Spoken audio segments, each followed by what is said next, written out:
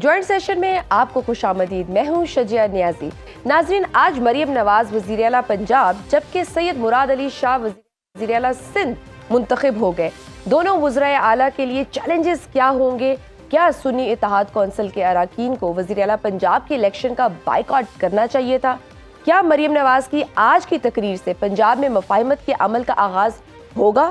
کیا صدر کی جانب سے قومی اسمبلی کا اجلاس بلانے کی سمری مسترد کرنے کا فیصلہ درست ہے؟ کیا سابق اسپیکر قومی اسمبلی پارلیمنٹ کا اجلاس طلب کر سکتے ہیں؟ سنی اتحاد کونسل کو مخصوص نشستیں کیوں الاٹ نہیں کی جا رہی ہیں؟ اس سب پر آج ہم بات کریں گے. میرے ساتھ موجود ہیں ہمارے پینل میں عدنان عادل، ابوذر نیازی، نصیر الدین نیر اینڈ رانا. میں آپ سب کو ویلکم کرتی ہوں. ابوذر، آپ سے سب سے پہلے پوچھنا چاہوں گی کہ مریم نواز 220 ووٹ لے کر پاکستان کی تاریخ کی سب سے پہلی وزیر اعلیٰ پنجاب منتخب ہوئیں، جبکہ ان کے مد مقابل امیدوار رانا آفتاب نے 0 ووٹ حاصل کیا. ہم بات تو کریں گے ان کی تقریر پر بھی، لیکن الیکشن پروسیس پہ ہم بات کرنا چاہیں گے. کیا آپ اس کو کیسے دیکھتے ہیں؟ کیا سنی اتحاد کونسل کو بائیکاٹ کرنا چاہیے تھا ان الیکشنز کو؟ دیکھیں، سب سے پہلے تو آپ کو دیکھنا پڑے گا. میری نظر میں تو میرے خیال سے اسمبلی کے اندر رہنا چاہیے تھا، وہاں پہ احتجاج ریکارڈ کرنا چاہیے تھا، اور تاکہ پتہ چلے کہ اپوزیشن بیٹھی ہوئی ہے. اور میرے خیال سے آپ اس طرح یہ میسیج بھی دے سکتے ہیں بڑے آرام سے کہ آپ کی جو سلیکشن، بلکہ الیکشن تو نہیں ہوئی، نامینیشن جو ہوئی ہے یہ فارم 47 کے بعد ہوئی ہے. یہ ایک فارم 45 کے رزلٹ کی حکومت نہیں بنی، نہ آپ اس کے چیف منسٹر بنے ہیں. تو میرے خیال سے وہاں پہ ایک بڑا اسٹرانگ میسیج دیا جا سکتا تھا. خیر، لیکن دیکھیں اس چیز میں ایک بہت بڑا ایشو ہے جو مجھے نظر آ رہا ہے. دیکھیں، جب ایک جنرل الیکشن ہوتا ہے تو اس میں پورے صوبے سے یا پورے ملک میں اگر نیشنل اسمبلی کا تو لوگ الیکٹ ہو کے آتے ہیں. تو اس کے کچھ عرصے بعد اجلاس ہوتا ہے، اس میں چیف منسٹر کی آپ کی الیکشن ہوتا ہے، آپ کے اسپیکر کا ہوتا ہے، سارا کچھ ہوتا ہے. تو اگر آپ ایک میجر چنک کو اس پروسیس کا پارٹ نہیں بننے دیں گے تو کیا یہ آپ کا جو اسپرٹ آف دا کانسٹیٹیوشن ہے، جو کہتا ہے کہ ملک کے ہر طبقے کی اس میں ریپرزنٹیشن ہوگی، اس کیس میں انسٹنس کہ آپ کے منورٹیز کی اور آپ کی جو ویمن ہیں، ایک میجر پولیٹیکل پارٹی جو ہے، چلے اگر ہم ان کے فارم 47 والے رزلٹ ہی مان لیں تو اس کے اندر بھی تو سیکنڈ لارجسٹ پارٹی تو وہی ہے. اس کا میجر چنک جو ہے وہ ان ریپرزینٹیڈ ہے، اور اس کے اندر آپ ایک الیکشن کر رہے ہیں چیف منسٹر کا. میرے خیال سے this goes against the spirit of the constitution. Democracy اور جو پارلیمنٹری پریویلیجز ہوتی ہیں، جو پارلیمنٹری روایات ہوتی ہیں، اس کے بھی خلاف ہے. تو اس میں ایک تو دیکھیں، میرے خیال سے سب سے بڑا جو قصور ہے وہ مجھے جو نظر آ رہا ہے وہ تو آ رہا ہے آپ کے الیکشن کمیشن کے، کیونکہ الیکشن کمیشن کو منورٹی اور وومن سیٹس والا جو ایشو ہے یہ ارجنٹلی ڈیسائیڈ کرنا چاہیے تھا بغیر کسی ڈیلے کے. اور دیکھیں، یہ کوئی نئی بات نہیں ہے. یہ 2018 میں ایک کیس آیا تھا مہندر پال، آپ کو یاد ہوگے، وہ پاکستان تحریک انصاف کے منورٹی سیٹس، انہوں نے جو کٹ آف ڈیٹ تھی اس کے بعد نامینیشن پیپرز فائل کیے تھے. تو ان کو آر او نے کہا تھا کہ آپ ڈیلے ہو گئے ہیں، آپ دیر سے آگے لسٹ میں آپ کا نام نہیں ہے، تو آپ جائیں، آپ نہیں بن سکتے ممبر. پھر اس کے بعد وہ گئے الیکشن ٹریبیونل، وہاں بھی ان کے خلاف فیصلہ آیا. پھر فائنلی لاہور ہائی کورٹ کا ڈبل بینچ تھا، جس میں ہم کہتے ہیں 2 ججز بینچ تھے، ڈویژن بینچ بھی کہتے ہیں اس کو ہم. انہوں نے فیصلہ دیا کہ نہیں، یہ آپ کا جو ہے کانسٹیٹیوشنل رائٹ ہے کہ to become member of the house, کیونکہ آئین اس کا حق دیتا ہے. تو ایک سب آرڈینیٹ لیجسلیشن جو ہے وہ آپ کا رائٹ کو اوور شیڈو نہیں کر سکتی الیکشن ایکٹ کے تھرو. تو پھر انہوں نے ان کو الاؤ کیا تھا. سو پاسٹ پریکٹس ہے، آپ کے پاس ایک لاہور ہائی کورٹ کے ڈی بی کی ججمنٹ بھی ہے. تو الیکشن کمیشن میرے خیال سے اس سے گائیڈ بھی ہو سکتا ہے. پھر باپ پارٹی کی بھی ایک ایگزامپل ہے، ان کا بھی یہی ایشو تھا، ان کو بھی ریزرو سیٹس مل گئی تھیں، لیکن الیکشن کمیشن اس کو لے کے بیٹھا رہا، ڈیلے ہوتا رہا. ابھی تک کیس نہیں سنا، اب سنا ہے، کل لگا دیے، لیکن بیچ میں جو پروسیس سارا ہو گیا، ایک میجر چنک کی ریپرزنٹیشن نہیں ہوئی. تو میرے خیال سے یہ آپ کے آئین کی وائلیشن ہو رہی ہے. دس گوز اگینسٹ، میں پھر بھی کہوں گا، جو آئین کی آپ کی روح ہے، جو ایک ریپبلک کی آپ کی تصویر کھینچتی ہے، منظر کشی کرتی ہے کہ ایک جمہوریت ہوگی، اس کے اندر پورا ہاؤس ہوگا، ہر طبقہ ہوگا، عورتیں ہوں گے، مرد ہوں گے، آپ کے اس میں منورٹیز ہوں گے، تو وہ ایک ان ریپرزینٹیڈ گیا. تو یہ جمہوریت کے لیے میرے خیال سے ایک اچھا کوئی شوگر نہیں ہے. ٹھیک ہے رانا صاحب، یہ جو پروسیس آج اڈاپٹ کیا گیا اسپیکر پنجاب اسمبلی کی طرف سے، اگر پوائنٹ آف آرڈر کی اجازت دے دی جاتی تو اس میں کیا حرج تھا؟ اور سب سے بڑھ کر یہ جو سنی اتحاد کونسل نے بائیکاٹ کیا ان الیکشنز کا، اس کو آپ کیسے دیکھتے ہیں؟ آپ ڈپٹی اسپیکر کے الیکشنز میں آپ بیٹھے، اسپیکر کے الیکشن میں بیٹھے، اگر سی ایم کے الیکشن میں بھی بیٹھ جاتے تو کیا حرج تھی؟ اس سے کیا میسج کنوے ہوتا ہے؟ دیکھیں آئی پرسنلی تھنک کہ چاہیے یہ تھا کہ یہاں پہ بیٹھا جاتا اور بیٹھ کے اپنا جو احتجاج ہے یا جو بھی کنسرنز ہے ان کو بیٹھ کے ہاؤس میں ریز کیا جاتا.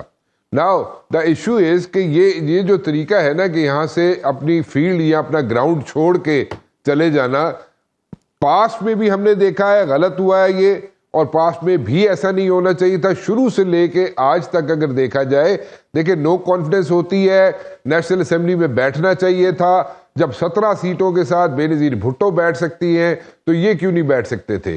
بیٹھنا چاہیے تھا. آج سچویشن ٹوٹلی ڈیفرنٹ ہوتی اگر نیشنل اسمبلی کے اندر نو کانفیڈنس کے بعد پی ٹی آئی بیٹھی ہوتی. اور اس کے بعد جو اسمبلیز ڈیزالو ہوئی، ٹھیک ہے آپ نے پنجاب کی اسمبلی ڈیزالو کی، آپ نے جناب یہاں پہ کے پی کے کی اسمبلیز ڈیزالو کی، تو آپ اتنے عرصے کے بعد واپس پھر اسی جگہ پہ آ گئے نا. سو نو کانفیڈنس موو کوئی انکانسٹیٹیوشنل چیز تو تھی نہیں. سو آپ کو اس کو بیئر کرنا چاہیے تھا، اور اتنی اسٹرانگ اپوزیشن ہوتی کہ جناب یہاں پہ لگ پتہ جاتا 16 ماہ کی جو حکومت تھی اس کو. اور یہاں پہ میں پھر دوبارہ ریپیٹ کرتا ہوں کہ ایک بہت ڈفرینٹ سچویشن ہوتی آج، اور جو الیکشنز ہوئے ہیں اس میں بھی ایک بڑی ڈفرینٹ سچویشن ہوتی. اور جس طریقے سے بل پاس کرواتے رہے 16 ماہ کی حکومت، جس طریقے سے اپنے آپ کو بیل آؤٹ کراتے رہے یہ 16 ماہ کی حکومت کے حکمران، کوئی بھی وہاں پہ اتنا سموتھ سیلنگ نہ ملتی ان لوگوں کو. سو آج بھی میں یہی کہوں گا کہ وہی چیزیں جو پاس میں ہوئی ہیں ان کو ریپیٹ مت کیا جائے. پی ٹی آئی اپنا گراؤنڈ مت چھوڑے، پی ٹی آئی اپنا کنسرن ریز کرے، ہاؤس کے اندر بیٹھے، چاہے وہ اپر ہاؤس ہو، چاہے وہ لوور ہاؤس ہو، یا وہ پروونشل اسمبلیز ہو، وہاں پہ بیٹھ کے اپنے کنسرن جو ہے ریز کرے.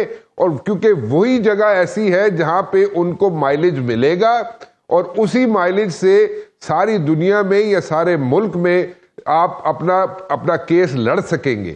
Walking out from the ground is not a issue. وہ تو کسی وقت بھی آپ لوگ کر سکتے ہیں، کسی وقت بھی پی ٹی آئی والے کر سکتے ہیں، کسی وقت بھی ہو سکتا ہے. ایک اور نیریٹو بھی ہے، ایک اور نقطہ بھی ہے ان کی سائڈ کا کہ ہمارے کینڈیڈیٹ جو اصل کینڈیڈیٹ تھے وہ میاں اسلم اقبال تھے، ان کو تو آنے نہیں دیا گیا، ان کو خدشہ تھا گرفتاری کا. تو یہ لیول پلینگ فیلڈ ان کو بھی تو نہیں مل رہی تھی.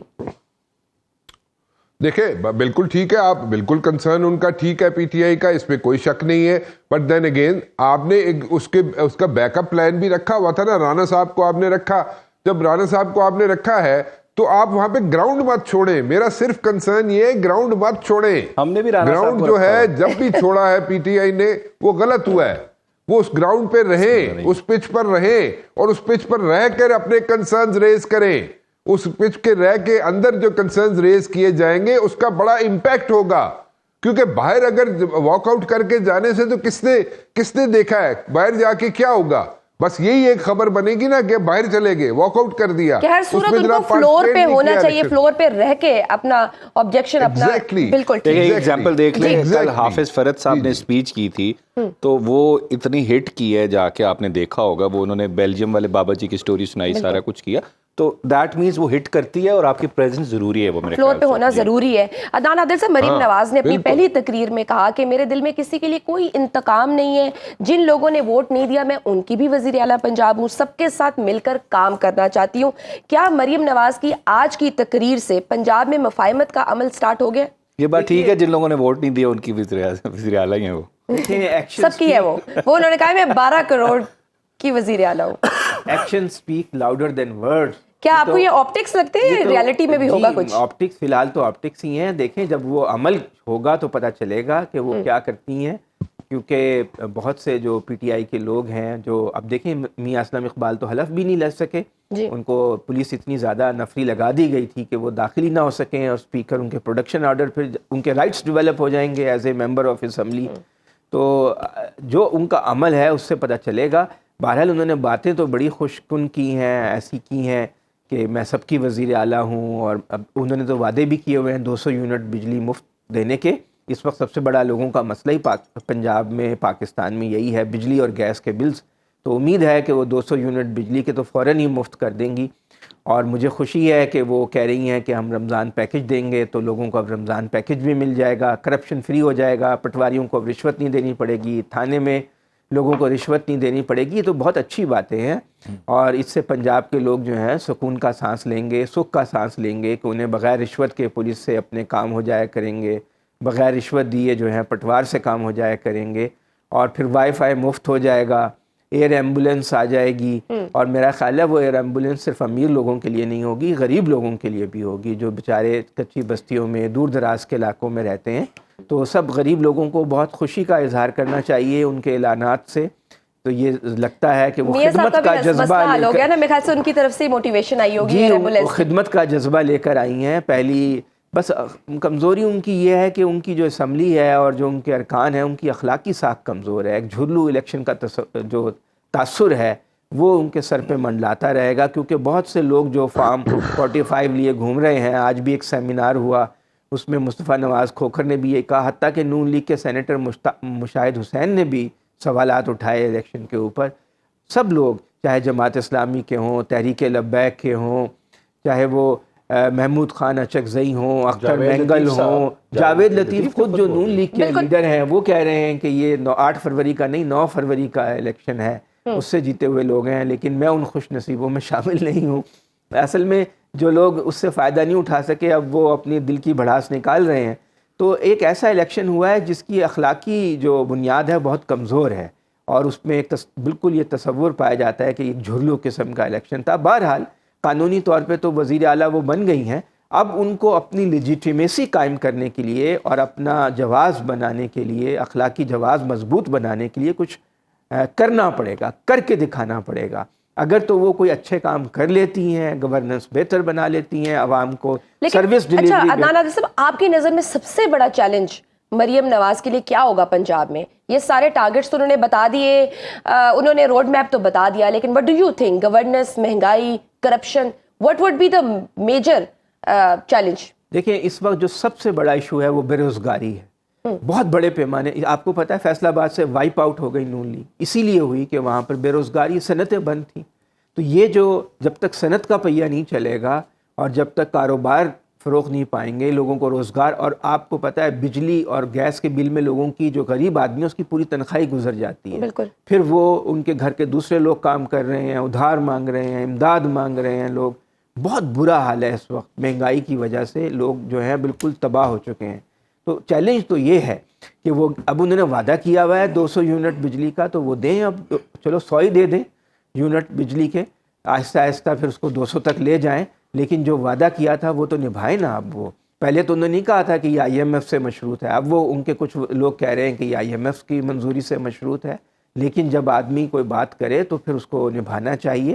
اور اسی طرح سب سے بڑا مسئلہ جو ہے وہ اس وقت بجلی گیس کے بلز ہیں اور بے روزگاری ہے، غربت ہے، بے خوفناک غربت ہے اس وقت پاکستان میں، اور خاص طور سے پنجاب میں جو ہم رہتے ہیں تو ہم دیکھ رہے ہیں لوگ جو ہیں، جو عام 50-60% لوگ تو بے انتہا غریب ہیں، وہ 2 وقت کا کھانا بھی نہیں کھا سکتے ہیں. اور باقی سفید پوش طبقہ جو 30-40% ہے اس کے حالات اور بھی، جو مڈل کلاس کے لوگ تھے وہ بھی لوور مڈل کلاس میں آ چکے ہیں. سب سے بڑا چیلنج تو یہ ہے. لیکن یہ کہنا کہ میں فیصل آباد میں 2 موٹر ویز بنا دوں گا، چلیں الیکشن کا موقع تھا، کہہ دیا آگے بھی موٹر وے پیچھے بھی موٹر وے، سیالکوٹ سے لاہور تک ٹرین چلا دیں گے. یہ باتیں تو الیکشن میں لوگ کر دیتے ہیں، مگر اصل بات یہ ہے کہ کیا وہ جیسے کہہ رہی ہیں کہ زیرو ٹالرنس فار کرپشن، کیا یہ میری ریڈ لائن ہے؟ تو ٹھیک ہے، ماشاءاللہ بہت اچھی بات ہے، ریڈ لائن ہونی چاہیے. تو اب اگر سرکاری محکموں میں بغیر رشوت دیے کام ہو جائیں لوگوں کے، تو اس سے بڑی نعمت کیا ہوگی لوگوں کی. اسرائیل نے بھی کہہ دیا کہ اب ہم ورلڈ دنیا میں تو لیکن پیس ان لے کی کے آئیں گے. اچھا ان کے منشور میں ایک پہلا نقطہ یہ ہے کہ نیب کو ختم کرنا ہے، یہ ان کے مینیفیسٹو میں تھا، اور ادھر سے ان کی کرپشن کے لیے ان کے لیے زیرو ٹالرنس ہے. ٹھیک ہے نیئر صاحب، آپ کی طرف آنا چاہوں گی. حزب اختلاف کی طرف سے ایک یہ نقطہ ہے کہ مخصوص نشستوں کے بغیر ہاؤس کمپلیٹ نہیں ہو سکتا. سو یہ آلریڈی ایک بہت بڑا مسئلہ بن چکا ہوا ہے. سو یو تھنک کہ یہ جو الیکشن ہوا ہے اس کی کریڈیبلٹی کتنی زیادہ ہے؟ یہاں عام انتخابات کی کریڈیبلٹی مشکوک ہے، یہ تو صرف چند مخصوص نشستوں کا انتخاب اور نامزدگی ہے. ابو ذر صاحب اس بات پہ خاصا روشنی ڈال چکے ہیں. میں صرف اس بات کا اضافہ کیے دیتا ہوں کہ یہ مارجنلائز کمیونٹیز کو اکاموڈیٹ کرنے کے لیے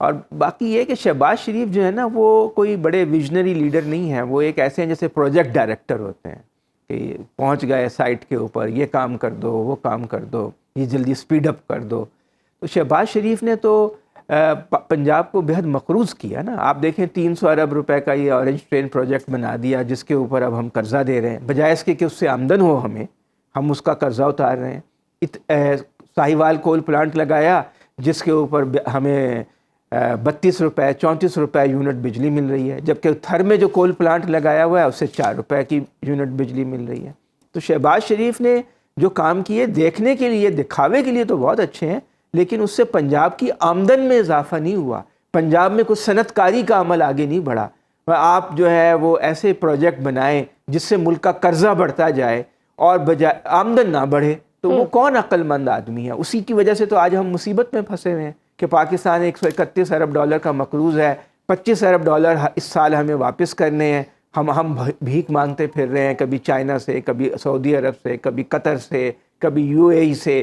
اب ہم پھر IMF کے در پہ جائیں گے کہ ہمیں پیسے دے دو. تو شہباز شریف کا ماڈل کوئی اتنا اچھا ماڈل نہیں ہے.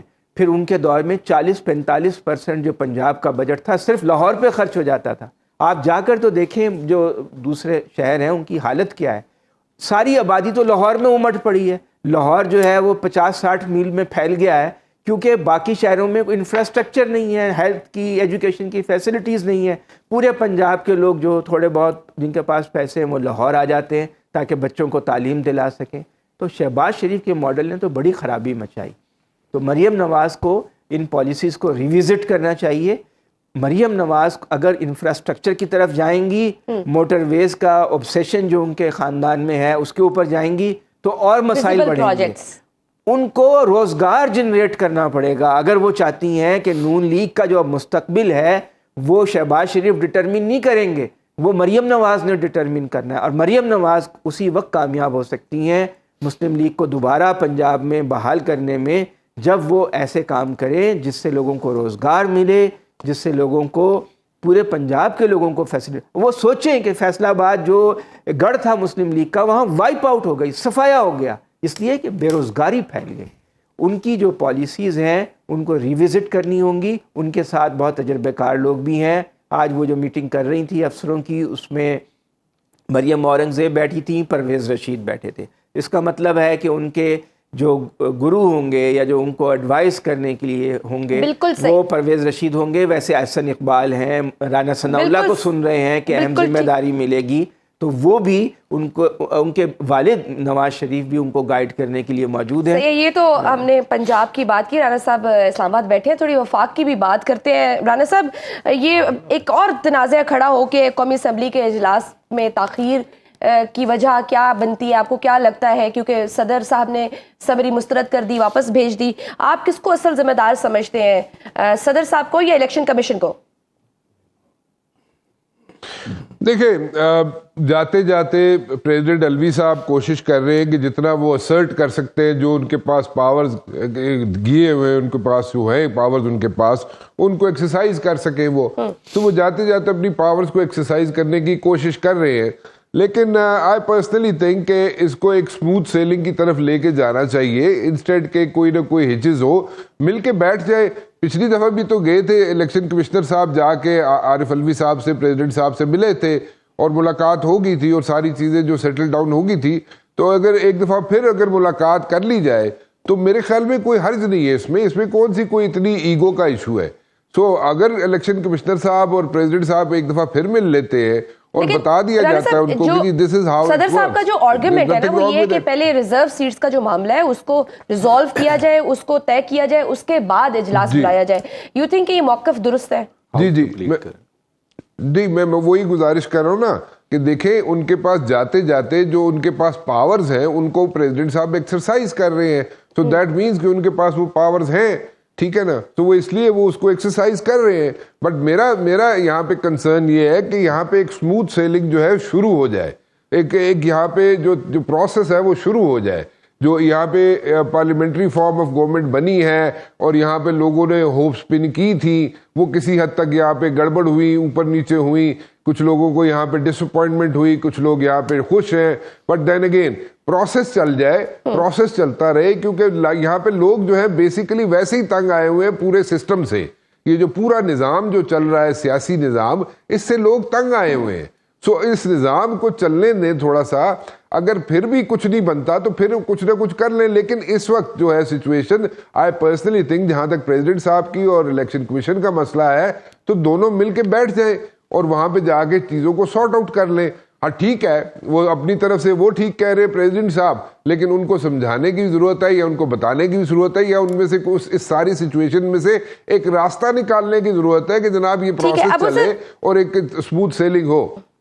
بالکل صحیح. ابو ذر تھوڑا سا آپ ہمیں گائیڈ کر دیں, آئین اور قانون اس معاملے میں کیا کہتا ہے کہ ایک سابق قومی اسمبلی اسپیکر جو ہے وہ راجہ پرویز اشرف, وہ اجلاس بلا سکتے ہیں یا یہ کام ایک صدر کا ہے یا نئے اسپیکر کا ہے؟ دیکھیں, اگر president is not available due to medical issues, ٹھیک ہے, ہی کی ناٹ پرفارم ہز فنکشنز, ٹھیک ہے, اور he is out of the country, پھر تو اسپیکر جو ہے اس کا رول ازیوم کر سکتا ہے. آٹومیٹیکلی خود بذات خود وہ رسپانسبلٹیز ازیوم نہیں کر سکتا انلیس کورٹ کوئی out of the extraordinary order کر کے اس کو کہے کہ آپ کرو. جس طرح آپ کو یاد ہوگا لاہور ہائی کورٹ نے راجہ پرویز اشرف صاحب کو کہا تھا حمزہ شہباز کا اوتھ لیں, آپ کو یاد ہوگا, لیکن وہ بڑا ایکسٹرا آرڈنری آرڈر ہوگا. جو کنڈیشنز ہیں جب اسپیکر ازیوم کر لیتا ہے پریزیڈنٹ کا رول, وہ میں نے آپ کو بتا دی ہیں, otherwise they are not possible. اچھا, اس میں ایک چیز میں ساتھ بتا دوں, یہ ابھی عدنان صاحب کے نے کوئی 3-3.5 منٹ 4 منٹ بولا ہے. تو میرے خیال سے اگر آپ ہم اس کو بار بار چلائیں یا شاید بار بار چلائیں ان کی باتوں کو, تو اگر کوئی کہتے ہیں نا دریا کو کوزے میں بند کرنا, پاکستان مسلم لیگ نواز کی اور خاص کر شہباز شریف صاحب کی جو ان کا ویژن ہے یا ان کا ماڈل آف گورننس ہے, اس کو اگر اتنا بہتر ایکسپلین کو کر سکتا ہے تو میرے خیال سے انہوں نے کر دیا. کیا وہ کس قسم کا ویژن رکھتے ہیں؟ دیکھیں, آپ اگر کہہ رہی ہیں کہ کیا مریم نواز صاحبہ جو ہے وہ کون سا ماڈل فالو کریں گی, مجھے یہ ایک بات میں نے جو سنی نا ایئر ایمبولنس والی, وہ مجھے وہی ماڈل لگ رہا ہے جو میاں شہباز شریف سے. اگر چیز اچھی نظر آ رہی ہے, کیا وہ سسٹینیبل ہے؟ پہلا سوال یہ ہے کہ آپ ایئر ایمبولنس پرووائڈ کر رہے ہیں, تو آپ ہیومن ڈیولپمنٹ پہ فوکس کرتے ہیں, ہیلتھ ایجوکیشن, اور ہیلتھ کا مطلب یہ نہیں ہے کہ ایئر ایمبولنس دے دیں, اس کا مطلب یہ ہے کہ اچھے ہاسپٹلس, کوالٹی ہاسپٹلس دیں. یہ تو وہی, لیکن یہ وہی والی ایئر ایمبولنس, ایک وہی والی ایئر ایمبولنس ہوگی. ایک شخص کو کسی نے کہا کہ آپ فیصل آباد سے لاہور کس پہ ہیں, اس نے کہا بائی ایئر آیا ہوں. تو اس نے کہا کس طرح, اس نے کہا میں وہ بس کی چھت پہ بیٹھ کے آیا ہوں. تو یہ وہ والی بائی ایئر ہوگی, میرے خیال سے ویسی والی مجھے ایئر ایمبولنس نظر نہیں آ رہی ہے. ٹھیک ہے, مجھے لینا ایک چھوٹی سی بریک کے بعد ہم بات کریں گے 9 ارکان اسمبلی کا تعلق کن شعبوں سے ہے, اور کیا یہ جو پاکستان کا سیاسی نظام ہے کیا یہ عام عوام کو ریپرزینٹ کرتے ہیں, اس پہ بات کریں گے ایک چھوٹی سی بریک کے بعد.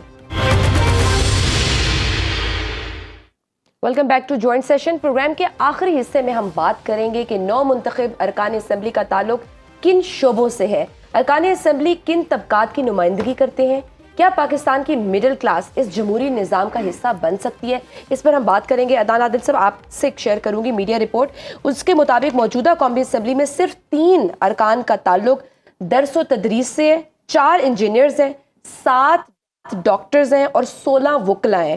پروفیشنلز کی قومی اسمبلی میں کمی کی کیا وجہ ہے؟ آپ کو کیا لگتا ہے سسٹم میں فلاز کہاں ہیں اور کیا ہے؟ دیکھیں, جب پاکستان ایک زیادہ تر رورل اور ٹرائبل فیوڈل معاشرہ تھا, جب پاکستان بنا, اور 90% سے زیادہ لوگ جو تھے نا بڑے بڑے فیوڈلز تھے, تو اب تو یہ ہے کہ 70 میں بھی 80% سے بھی زیادہ لوگ فیوڈل بڑے ذمہ دار ہوتے تھے اسمبلی میں. اب تو 50% رہ گئے ہیں. تو فرق تو پڑا ہے, یہ نہیں آپ کہہ سکتے کہ فرق نہیں پڑا. اور اب کے تو بہت ہی کمال ہوا ہے کہ پی ٹی آئی نے جو اپنے ٹکٹ دیے, بڑے فرسٹ جو ان کا پرائرٹی تھی وہ تو سارے آؤٹ ہو گئے. تو ان کے عام ورکرز نے کمپین کیے بغیر, پیسہ خرچ کیے بغیر, بالکل عام جو لوگ تھے لوئر مڈل کلاس کے, وہ الیکشن جیت گئے, خاص طور سے پروونشل اسمبلی کے. تو فرق تو پڑا ہے. اور اگر آپ سسٹم کو چلنے دیں, بار بار انٹرونشن نہ ہو اور بالائے آئین اس میں مداخلت نہ ہو, تو یہ سسٹم بہتر سے بہتر ہو سکتا ہے. اور اس الیکشن میں ہم نے دیکھا ہے کہ بڑے بڑے برج الٹ گئے. بڑے بڑے جو ذمہ دار تھے, اب میں دیکھ رہا تھا میاں والی سے, ایک عام ورکر ہے, اس نے وہاں کے بڑے ذمہ دار خسرو بختیار وغیرہ کو شکست دے دی. میاں والی نہیں, رحیم یار خان میں. اسی طرح اور بہت سے علاقوں میں ہے. اب جیسے زرداج گل ہیں, وہ کتنا بڑا فیوڈل ڈومینیٹڈ ایریا ہے, بہت بیکورڈ علاقہ ہے, جاگیرداروں کا علاقہ ہے. تو اگر فری فیئر الیکشن ہوتا, فارم 45 47 کا مسئلہ نہ ہوتا تو اور زیادہ لوگ آتے. نمبرز کچھ اور بتا رہے ہیں. اعداد و شمار کی اگر بات کریں اس میڈیا رپورٹ کے مطابق, تو اس کے مطابق یہ کہ 9 منتخب 265 ارکان میں سے 112 کا تعلق زمینداری کے شعبے سے ہے. لیکن اس کے باوجود اس ملک کے کسان کو اس کا حق نہیں دیا جا رہا. مہنگی بجلی دی جا رہی ہے, مہنگی کھاد نے دیوالیہ کر کے رکھ دیا ہے. کیوں آج کے کسان کی نمائندگی نہیں ہے قومی اسمبلی میں؟ نیر صاحب, آپ کو میری آواز آ رہی ہے؟ جی, میرے سے سوال کیا آپ نے؟ جی آپ سے. جی بالکل نہیں ہے. بات یہ ہے کہ جو عدنان عادل صاحب فرما رہے ہیں, بہت کم حلقوں میں عام طبقہ سے تعلق رکھنے والے امیدوار تھے جنہیں پی ٹی آئی نے نامزد کیا تھا. ان کی ایک اکثریت روایتی ذمہ دار امیدواروں کے ہی بچے تھے یا وہ خود تھے. میں کئی ڈسٹرکٹ کی مثال دے سکتا ہوں.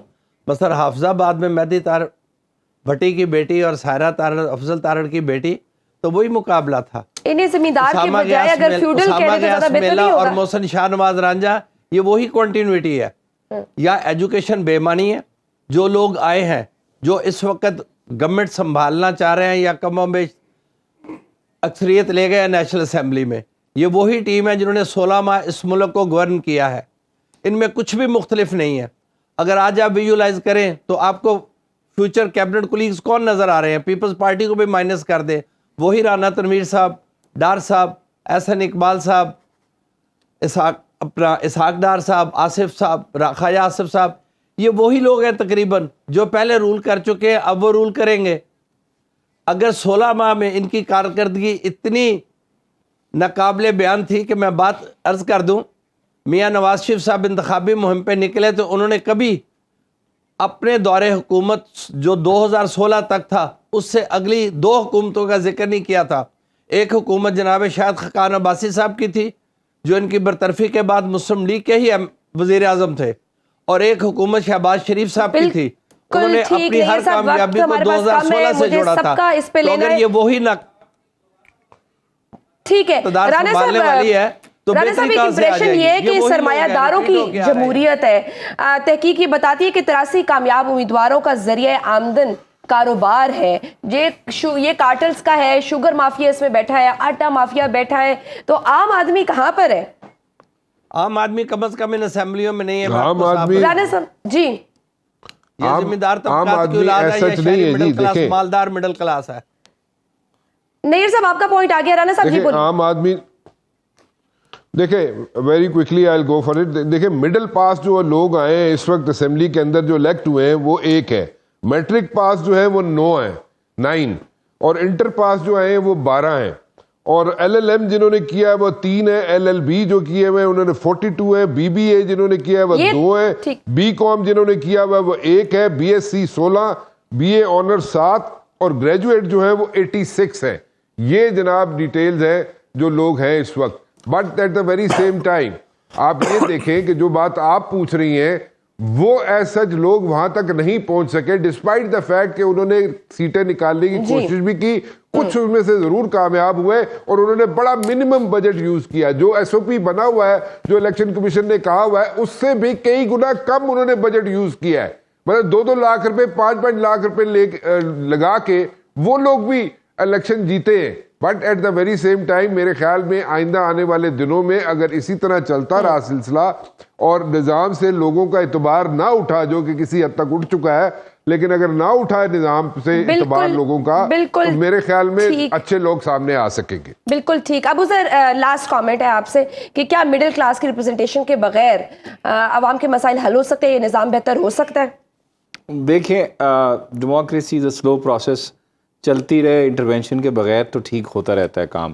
اس وجہ سے اس میں دیکھیں جہانگیر ترین صاحب کو کس نے ہرایا, ذرا دیکھیں, بہت عام سا آدمی ہے. دیکھیں پرنسپلس پہ, آئیڈیالوجی پہ بھی ووٹ پڑتا ہے.